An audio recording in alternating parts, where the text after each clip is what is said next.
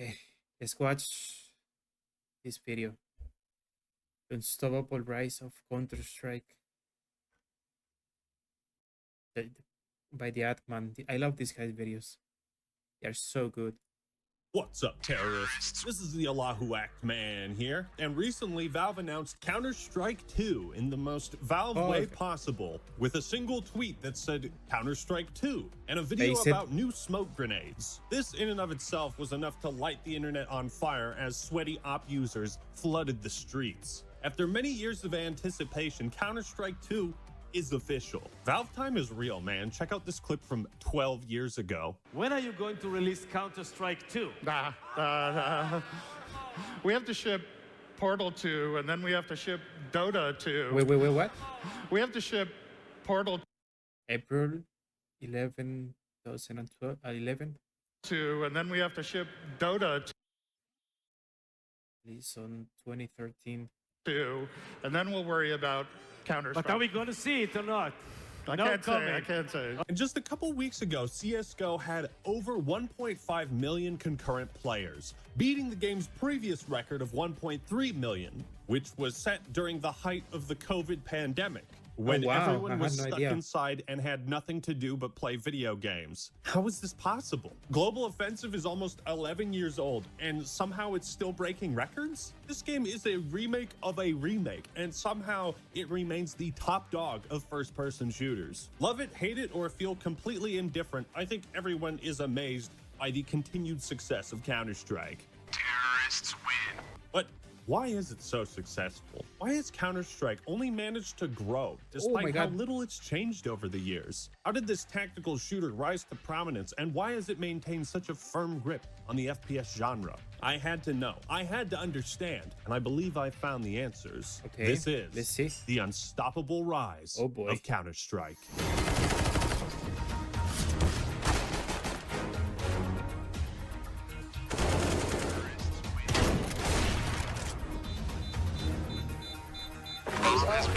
Let's go! Classic.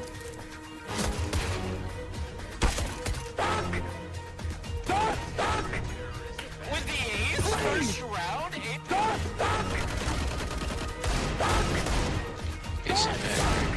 I'm literally the best, bro. But first, are you tired of cookbooks weighing you down?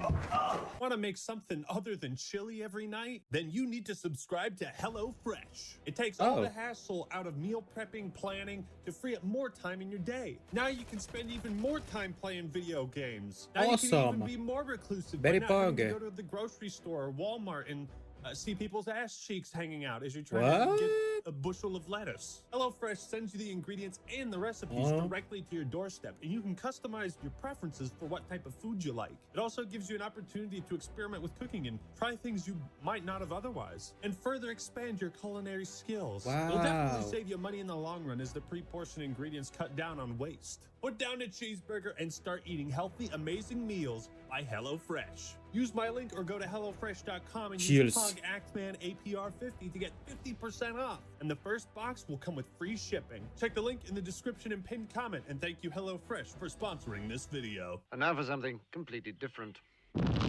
I feel like even the most popular games and genres eventually fall off for some reason or another. Trends are always changing, right? Take StarCraft 2, for example. In its heyday, it was pretty big competitively, but real-time strategy games have more or less been replaced with MOBAs or MMORPGs. I'm still waiting for Warcraft 4. It's never gonna happen. StarCraft never sucked necessarily, but people's interests changed. Or think about 3D platformers in the N64 era, the motion control craze with PlayStation. Oh, I remember this.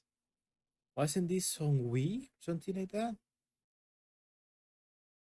Oh, wow. That was a long time ago, huh? Move, Connect, and Wii. Zombie games, battle royales, advanced movement. Counter-Strike has survived and thrived throughout all of these trends. All of that. That is actually crazy. For 20 plus years, the game has survived all of that. All of that. All of that. That's crazy, bro. That's 20 plus years of the genre reinventing itself. That is fucking awesome. Like, fucking incredible. You have, um, I don't know, games like Halo back in the day, MMOs in the 2004 up to 2010. Then you have League of Legends coming out in that time in 2010. All of the years up to the Battle Royale, and these games is still there competing with those games for those like 20 plus years. That is fucking insane. Counter Strike at this point, I think, is legendary franchise. Holy fuck. Same time, never attempting to copy any of them, except maybe the zombies thing. But we don't Yeah, I talk saw about that in that video. Well, there's also Danger Zone, but apparently we don't talk about that either. Here's a Yeah, great example. that doesn't PUBG. exist. It's the only other game to have a higher concurrent player count than CSGO. However, By a in lot. the long run, CSGO has retained a larger, more Of consistent course, audience yeah. than PUBG. I mean, granted, there are more 200 popular 200 franchises. 245,000. That is fucking awesome. That is actually really good. A really good amount of players daily. That is really good. Like Call of Duty and whatnot, but this type of longevity, I mean, there's nothing else quite like it, in my opinion. Counter-Strike's success and popularity is nothing but a pure anomaly in the video game industry. True. It's a juggernaut, but just how popular is it? I mean, you really don't need me to tell you. Just for some perspective, let's go over some fun numbers. So the YouTuber Anomaly made a video going over some data, and he alleges that Valve makes $54 million per month on CSGO cases on Jesus. average. Shut your mouth and look at my wad. Loads of money. While Dexerto reports that all the recent buzz on Counter-Strike 2 has generated over $100 million in case sales in just the last month. Jesus It's Christ. a journey into money. And they still haven't even they haven't added the new cases, the new bundles. Not bundles, okay. Fuck that. The new skins, the new cases. Is all from CSGO. This game is gonna make so much money when they add all of the shit that is in the workshop right now that I seen on Twitter. Oh my god. I cannot wait for that. Valve made at 50 or 500 millions in 1 month thread on, I don't know, Reddit or something like that, or by Kotaku or on any of these journalist fucking pages. I don't know what the fuck they're called. Like, what the fuck, man? Can I get some of that money, Valve? Pay my rent, please? No doubt many are trying to unlock the most valuable skins before everything moves over to CS2, because Oh, wow. who knows how the market is going to change. In 2018, the game made over $400 million in revenue. The average monthly player count borders between 31 and 37 million. Counter-Strike not only makes a shitload of money through arguably unethical means, but it checks all the boxes in every other category. High viewership on Twitch, popular views on YouTube, esports attendance is usually sold out. Even when there isn't a tournament, viewership on streaming platforms is consistently high. And with its major championship tournaments, Valve offers prize pools up to $2 million. On esports charts, CSGO has the second highest overall prize pool payout and the 5th highest all-time peak concurrent viewers at 2.7 million. That's a lot. Damn. CSGO in particular. I'm pretty sure a Super Bowl is like 300,000 or 350,000. That's a fucking lot, bro. Almost 3 millions. 3 million people.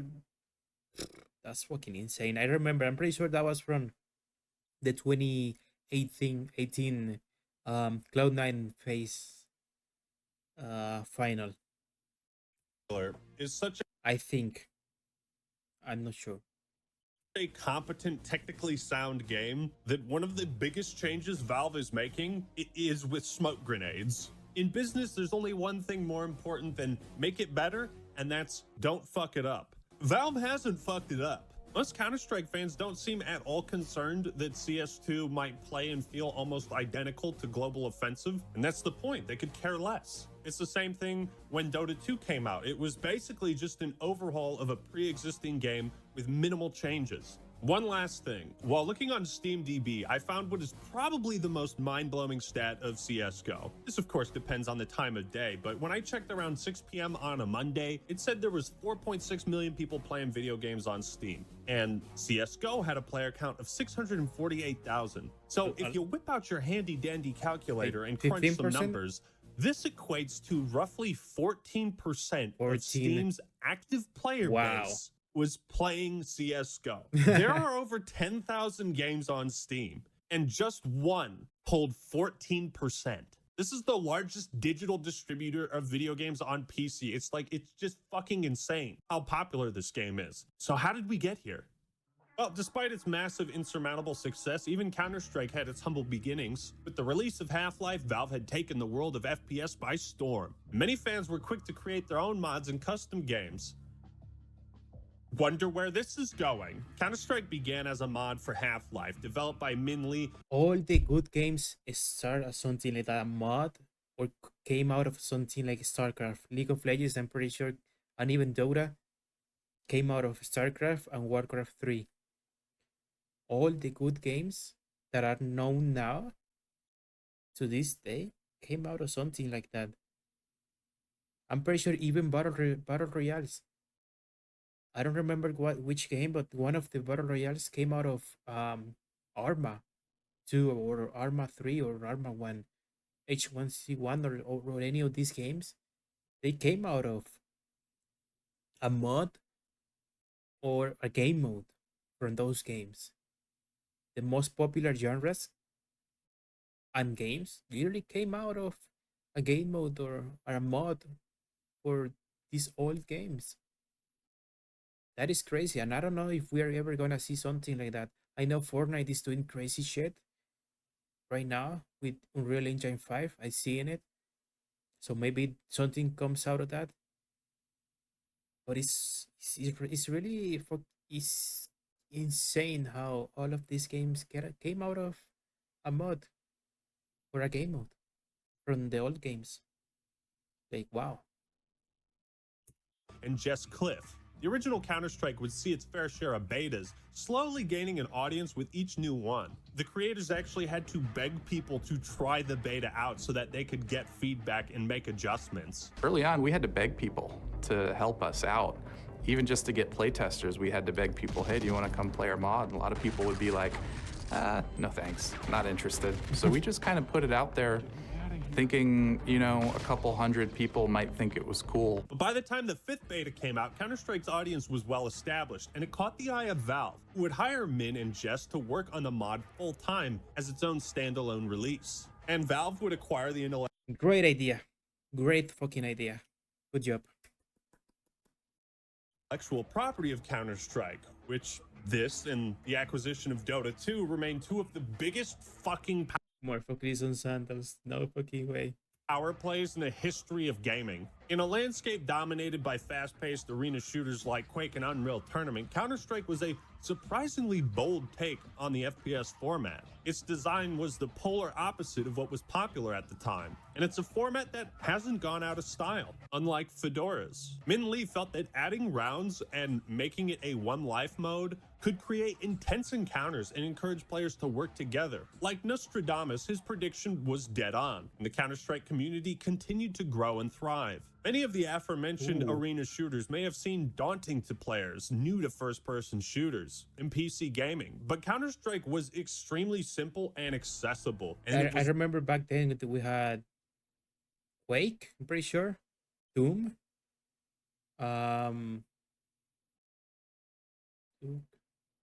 Duke Nukem. Okay, what am I saying? Doom, Duke Nukem, or something like that. Quake, those type of games, and those were like really hard games. I'm pretty sure they Valve did what Blizzard did with World of Warcraft. Take all the good shit from the MMOs and make it easier. That's exactly what they did. With WoW, I'm pretty sure they take out the idea of every time you die you lose everything, or HP or some experience, excuse me, or something like that all the old MMOs had, and they literally made the biggest MMO, make make making it like easier to the competitors, if that makes sense. That's exactly what Valve did. A simple game with rounds. 5v5 with that you need teammates. That is a beautiful idea. Take what the others have done, make it better and simple. That's it. That's all you fucking need, man.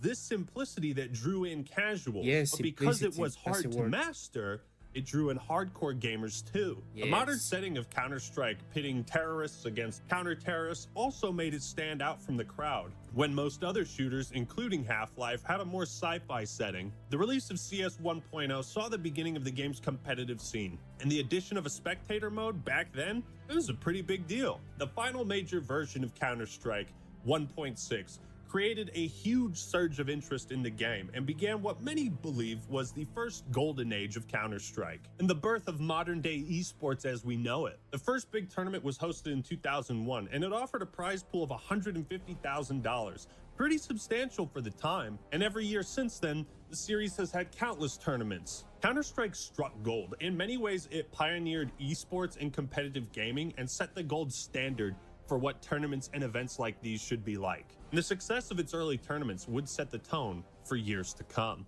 But 1.6 wasn't the only version of Counter-Strike. We're going to talk about the versions nobody really cares about anymore. With the rising growth of consoles and Xbox Live, as well as the unprecedented success of 1.6, Valve saw an opportunity to bring Counter-Strike to console. And would you look at that? I've still got my copy. What the fuck is that? The #1 online PC action game in the world. Now on Xbox. The Yes, results sir. were interesting. Visually, the game looked worse than 1.6, but I remember having a blast back in the day, and the game sold well enough for what it was. If anything, for console plebs like me who weren't big into first-person shooters on PC, it put Counter-Strike on the map. And it did mark the introduction of bots to the series. But if you didn't have access to Xbox Live, there was little point in playing it. This was the first new Counter-Strike released after 1.6, and it seems that Valve found it challenging to evolve and iterate on the Counter-Strike formula because of how fine-tuned and simplistic it was. Introduced too many new mechanics or gimmicks, and it could have disastrous results. So it's a good thing they added the tactical shield. While the console version of Counter-Strike did surprisingly well, Valve Wait, soon the tactical shield, the basic shield that we use now? I don't know. I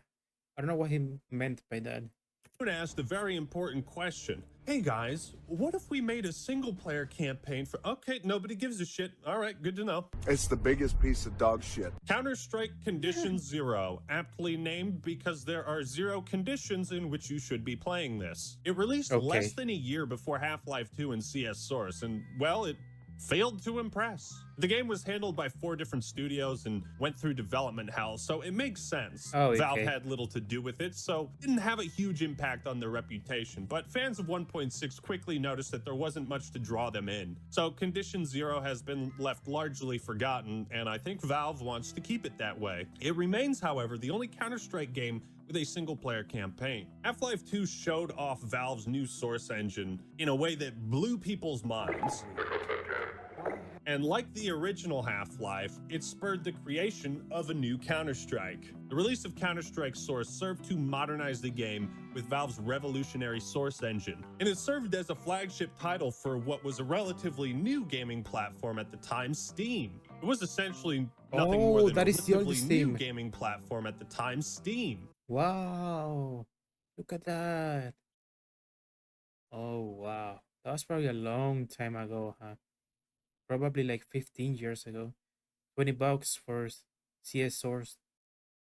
Half-Life 2, $10. Is on discount. It was essentially nothing more than a remake, but the player base became somewhat fractured as many didn't agree with Between changes to the core 1.6 gameplay. and Source. Flashbangs were made more powerful and new recoil patterns had fundamentally changed the fine-tuned gameplay they were used to. I think this was one of the first major examples of the Counter-Strike community being very, very resistant to change, which does explain how little has changed. Source blows my mind that people have almost kind of omitted it from Counter-Strike history. It did have some issues at launch, I don't think there's any doubt about that. which did turn a lot of the people off, because obviously if you've got an existing game that's been out for years and it's great and everything works perfectly fine because it's been tweaked, and then you've got something new and it doesn't quite work, obviously you're going to stick to the one that you know and stick to the one that you feel is complete. Counter-Strike Source did something very, very important, though. It introduced a concept that would end up earning Valve billions of dollars. Skins and cosmetics. Apart from just being flashy ways to express yourself, Valve allowed a whole new wave of creativity, as any player could retexture maps, player models, weapons, skins, etc. It was clear that Counter-Strike would innovate through its aesthetics more so than radical gameplay changes. So pro players were kind of torn between focusing on the aging version of 1.6 and this new version that was somewhat divisive. Still, CS Source kept the train rolling towards something greater, and there were tons of tournaments. The game certainly didn't fail. It still had a very successful competitive scene, but there was a lot of controversy surrounding it and its changes. Source also saw a huge boom in community servers and custom games, surfing maps that have become iconic to the franchise. From its initial creation to 1.6 to Counter-Strike Source to Global Offensive, and I'm sure CS2, Counter-Strike has and always will be a game driven by its community. As many of Valve's titles were created by modders, Counter-Strike itself is very modular. Who would have thought? Valve has certainly leaned into this community support with mods, custom skins, and they even... I can't wait for the workshop in CS2 to see what they do here. What they let people create and dig in there, you know? See what they create, maybe some PvE, even zombies, something like that. Can't wait. Can't wait. I hope, I don't know if before the year ends, or maybe the beginning of the next year, but it's gonna be fun to see what people make when Valve allowed them to use the workshop and all of that. Promote items that fans can vote on if they should be added to the game. User-generated content like this ensures that should you ever get bored of the standard game modes, there's always something wild and wacky to check out. The Counter-Strike community is definitely one of the most interesting, and if you hop into a match, it won't be long before you hear some fun conversations. He's right in front of me, I heard him. Oh my god, is that a gamer girl? Princess, could you speak? Excuse me, gamer girl. Watch this. Miss Gamer Girl, watch this. Excuse me, Gamer Girl, did you see that? There's a massive community for custom maps, surfing, roleplay, hide and seek, jailbreak. The Steam Workshop hosts over 100,000 independently created maps. Some are better than others, but once you play hide and seek in Shrek's Night House, well, I mean, everything else just looks worse in comparison. The Counter-Strike community could essentially be summarized in that classic door stuck clip. Cheat on your man, homie. Ah, I tried to sneak through the door, man. Can't make it. The shit's stuck. Out of my way, son! Door stuck! Door stuck! Wacky, goofy fun in a game that appears to be super serious. So CSGO released on August 21st, 2012, at just the right time, and fan reception was mostly positive. Though there were some rough areas of the game and balancing issues, these were quickly patched out by Valve. It's interesting to note that there are 360 and PS3 ports of CSGO, but I'm pretty sure they have literally never been updated. Like, why bother? The gameplay was straight up not tuned for controller, and they didn't even change the aiming. It's the exact same as it is on PC, so it just doesn't Oh, hell work. no. The release of CSGO came at the perfect time, when streaming was starting to really pick up. This, combined with the growing esports scene and, you know, new tournaments for this new Counter-Strike game, it only made CSGO rise to greater and greater heights. The game arguably returned to the roots of 1.6, and Valve listened to the competitive community. Today, CSGO is almost 11 years old, and though it definitely shows age in the visual department, technically the game is pretty much flawless. Aiming is as precise as it can possibly be, the core mechanics remain solid. Counter-Strike as a series is laser focused on one single thing, and that's a key to its success: gameplay. You can't help but appreciate the beauty in its simplicity. There was an 8-year gap between the first trailer for Global Offensive and the second. Like, you know what I mean? Like, cinematics don't promote the game. The game itself does that. There is no complex story. I like that. Valve isn't I like that. I like that sentence. I like that. What did he say? The trailer? Don't promote the game for Global Offensive, and the second. Like, you know what I mean? Like, cinematics don't promote the game. The game itself does that. The cinematics don't promote the game. The game itself does that. There is I no like that. complex story. Valve isn't trying to sell you new heroes or a cast of characters. In a world where it seems like every major franchise is trying to be this multimedia juggernaut, Counter-Strike just is like... That's true. I don't like that, to be honest. Not a fan of that. Hey, play our fun game. No flashy gimmicks, no wall running or custom classes or campaigns or By P90 and Rush B. Suka. any of that shit. All the mainstream trends that other shooters have adopted are things that Counter-Strike has never really cared about. Therefore, it's always maintained its identity and stood out from the hordes of other shooters, many of whom have become irrelevant or have lost a substantial audience. Counter-Strike has never really tried to be something that it wasn't initially. Like, there's never been a space like Counter-Strike in space, or a medieval Counter-Strike.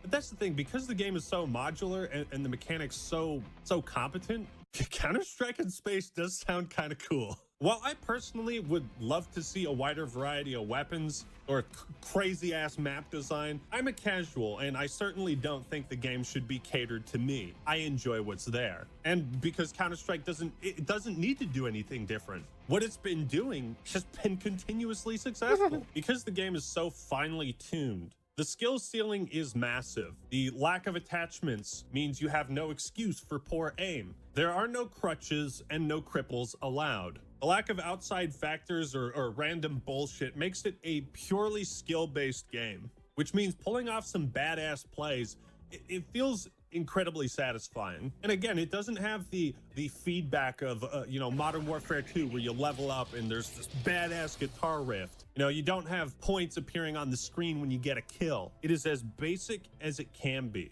Look at the game modes. Even CS2 is like that. It's simple. Now you have the little like poker cards down there when you get like kills, but it's simple, no sound, anything like that.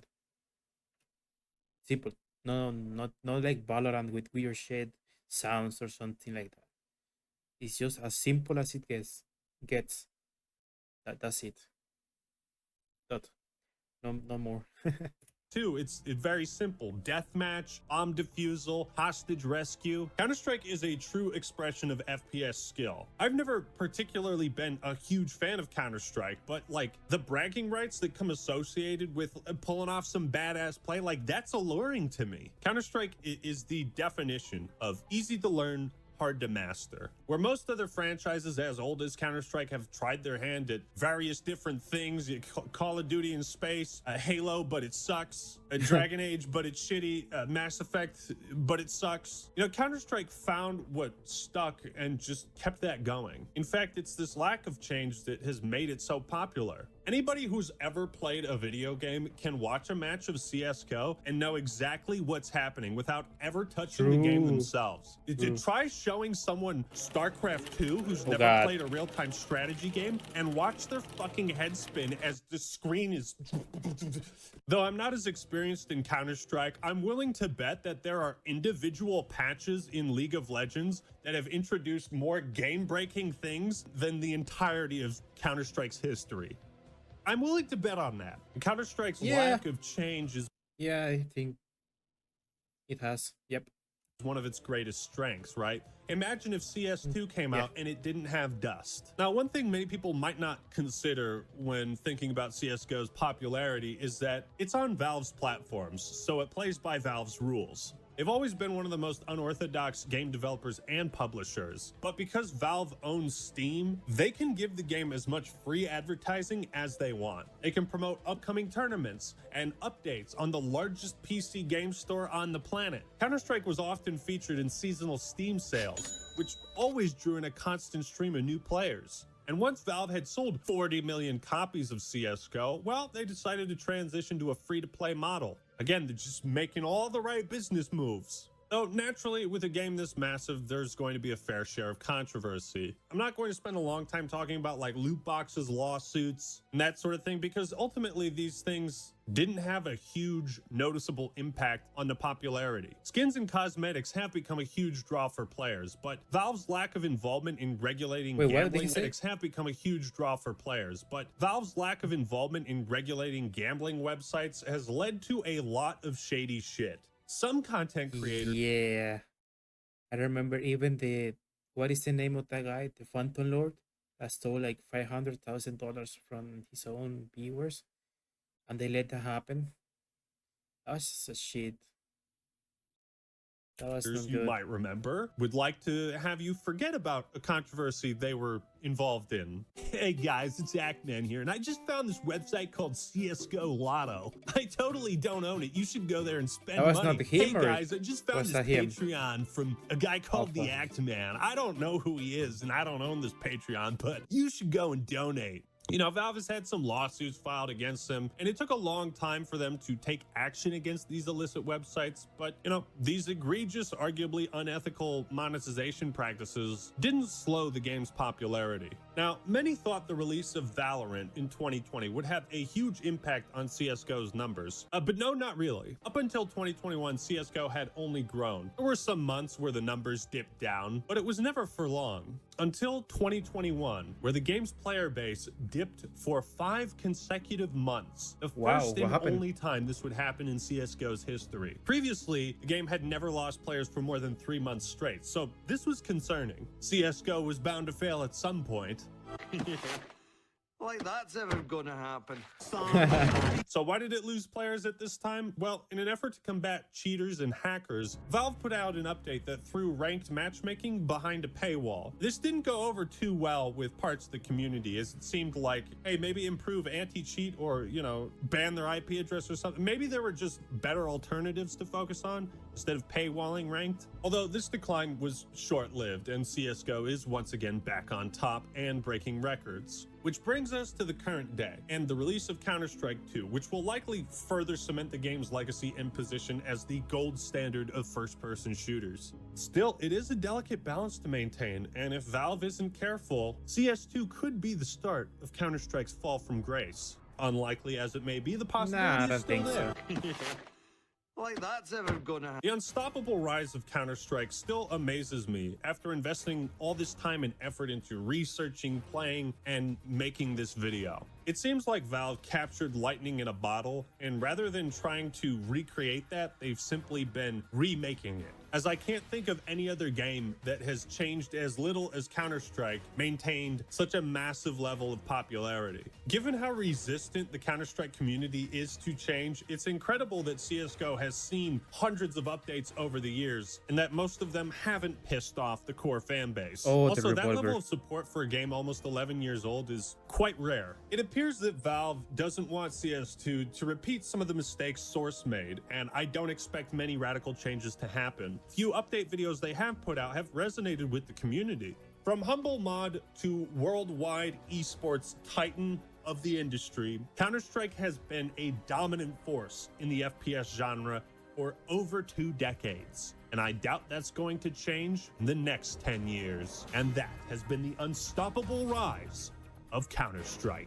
So thank you all for watching. Hope you enjoyed the video. Leave a like if you did, and subscribe to the Ackman for more awesome content. Don't forget to subscribe to HelloFresh and get yourself some incredible food and recipes delivered straight to your house. Use the link in the description and pinned comment. All right, everyone, that's all I got for today. This is the Ackman signing out.